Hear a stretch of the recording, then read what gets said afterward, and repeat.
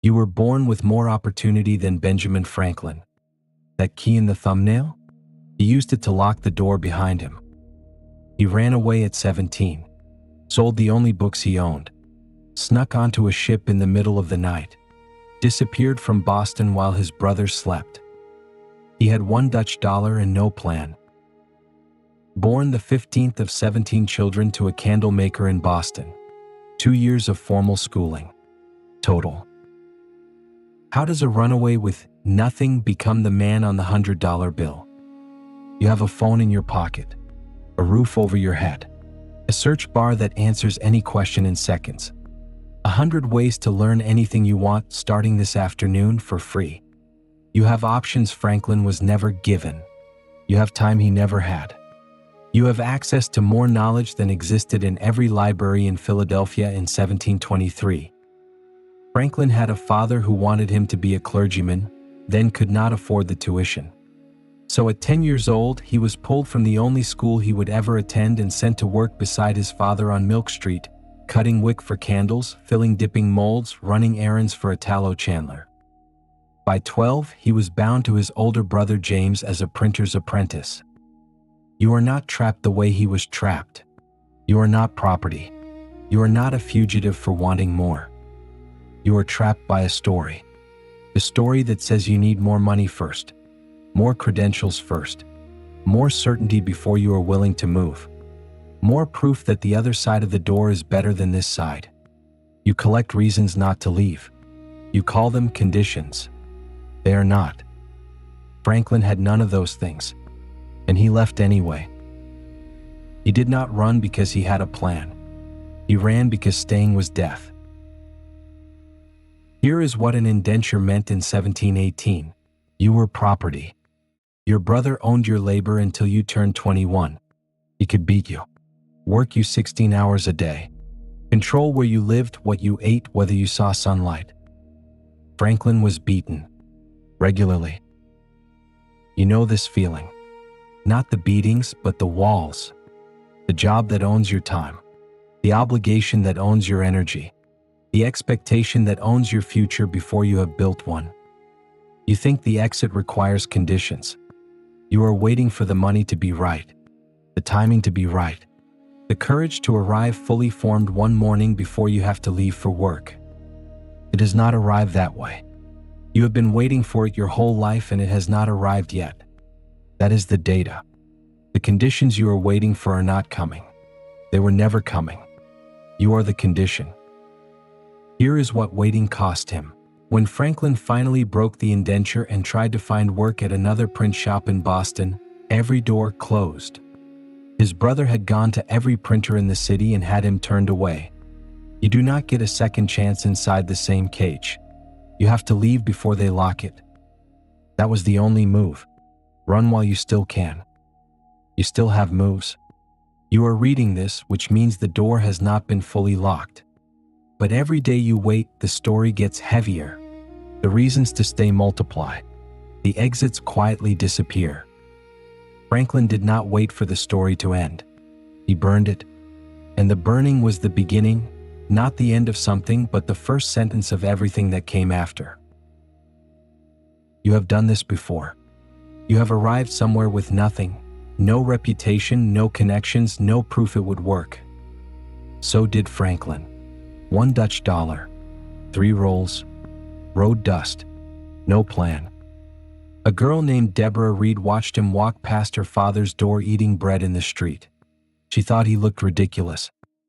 Within 3 years, no money, no family, no formal education. He owned his own print shop and published his own newspaper. You need to hear what happened next because the biography never tells you this part.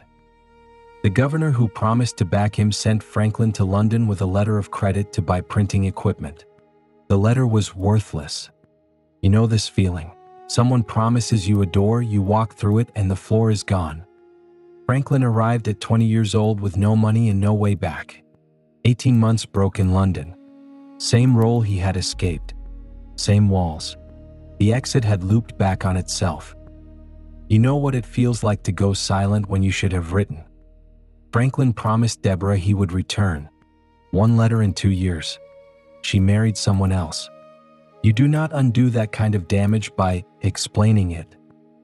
By the time he came back to Philadelphia, he had been swindled, stranded, and rejected by nearly everyone who had offered him help.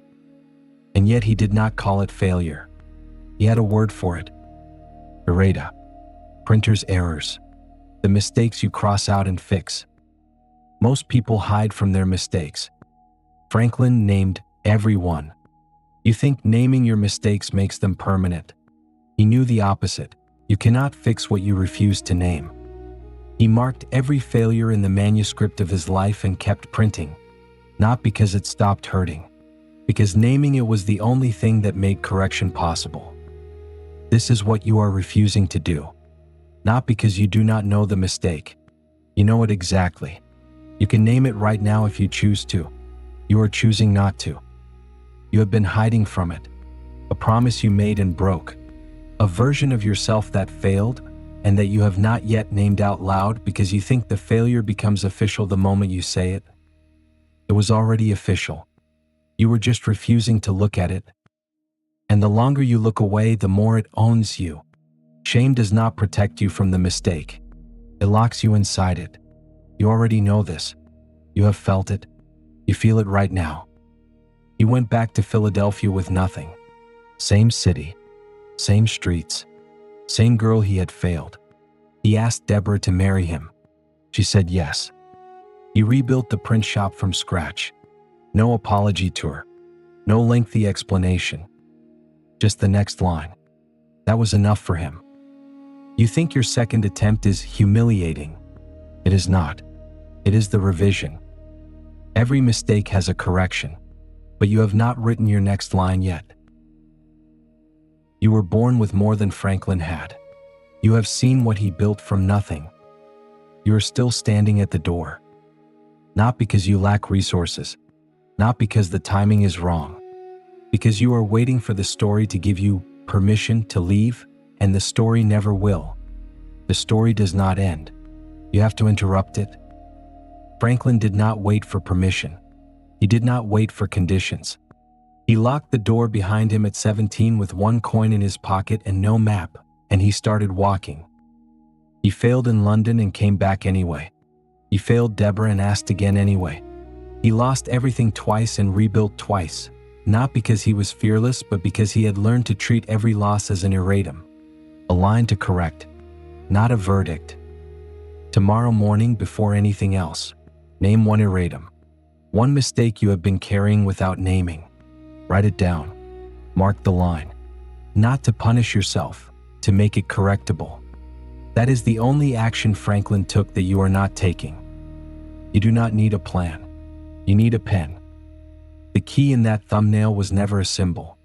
It was always a question. What door are you afraid to lock? Name it today. I start with nothing. I start with nothing. I start with nothing.